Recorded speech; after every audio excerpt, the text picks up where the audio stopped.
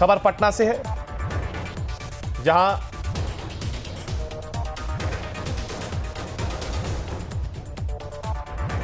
और इस बीच खबर जहां जेडीयू एमएलसी दिनेश सिंह और वीणा देवी के पास, क्या ये लोग वोट चोर है या आयोग की गलती है, ये एक बड़ा सवाल।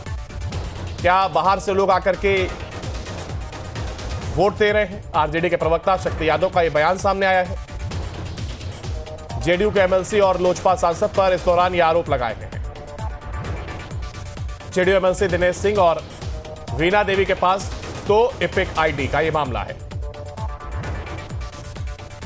क्या बाहर से लोग आकर के या वोट दे रहे हैं? आरजेडी के प्रवक्ता शक्ति यादव का यह बयान। जेडीयू के एमएलसी और लोजपा सांसद पर आरोप लगाए गए। आरजेडी के प्रवक्ता शक्ति यादव का यह बयान। जेडीयू के एमएलसी और लोजपा सांसद पर यह आरोप लगाए गए और जेडीयू एमएलसी दिनेश सिंह और वीणा देवी के पास 2 एपिक आईडी।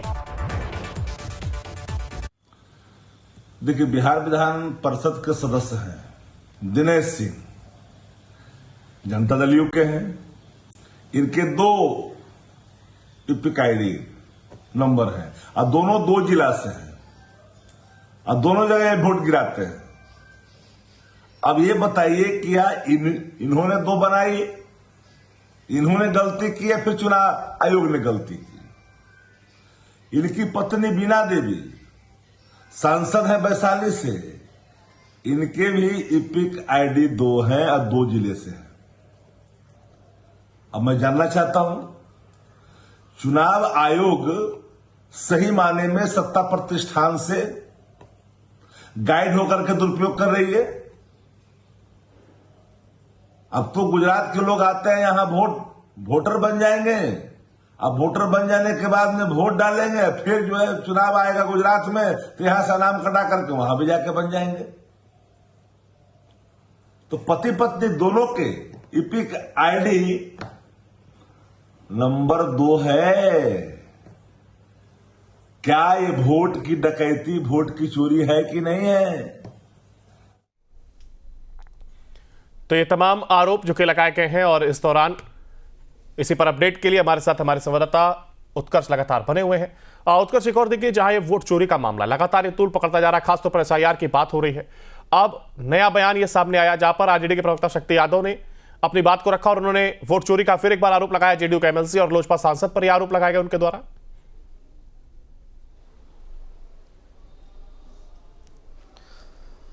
और बिल्कुल अंकुर, देखिए, बीती रात ही नेता प्रतिपक्ष तेजस्वी यादव ने सोशल मीडिया एक्स पर पोस्ट किया था। पहले वीणा देवी जो चिराग पासवान की पार्टी से सांसद हैं, वैशाली जिले से सांसद हैं, उनका एपिक नंबर जो है वो 2 एपिक नंबर था। उसका जिक्र जो खुलासा है वो तेजस्वी यादव ने किया और सुबह उनके पति दिनेश राय जो कि जेडीयू कोटे से एमएलसी हैं, उनका एपिक नंबर का भी खुलासा किया। 2 एपिक नंबर जो है वो दोनों पति पत्नी के हैं, एक सांसद है तो दूसरे विधान पार्षद हैं। अब ऐसे में दोनों को चुनाव आयोग ने थोड़ी देर पहले नोटिस जो है वो भेज दिया है।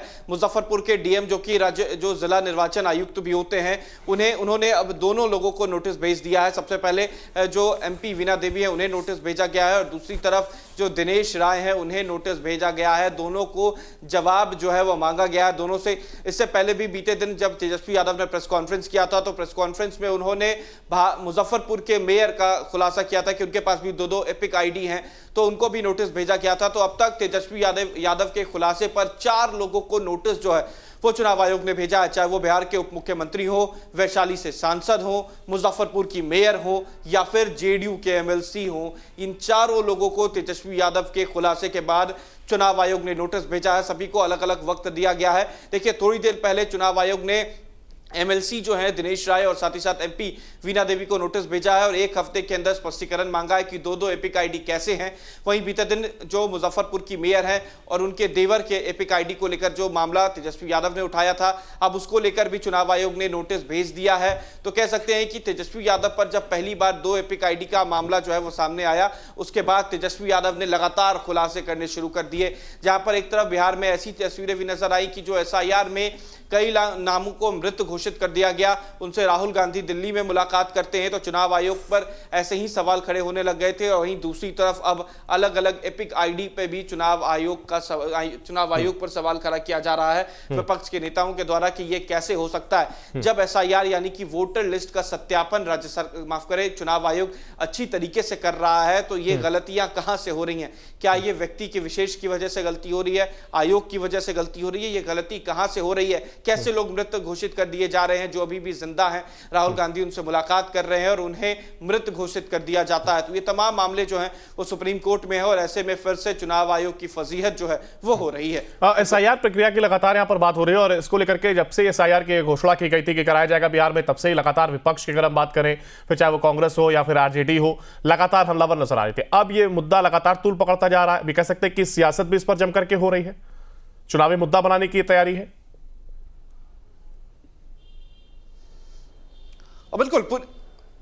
बिल्कुल पूरी तरीके से सियासत हो रही है, क्योंकि अब जो कटघरे में चुनाव आयोग है, सुप्रीम कोर्ट में भी तमाम बातें जो है रखी गई है। आयोग के द्वारा ये कहा गया कि जो 61 लाख लोग जो मृत मिले हैं उनके नाम को सार्वजनिक करना मुश्किल है। चुनाव आयोग ने ये पहले ही सुप्रीम कोर्ट में अपना दावा रखा था, हलफनामा में रखा था। वहीं दूसरी तरफ अब जो विपक्षी पार्टियां हैं वो पूरी तरीके से सक्रिय है। उनकी जो मीडिया टीम है वो तमाम चीजों को खंगाल रही है। अब देखिए 4 बड़े चेहरे जो है वो सामने आए, उप मुख्यमंत्री, सांसद, एमएलसी और मेयर। इन सभी के दो एपिक आईडी हैं। ये कैसे हो सकते हैं? या तो किसी व्यक्ति की गलती है या फिर आयोग की गलती है।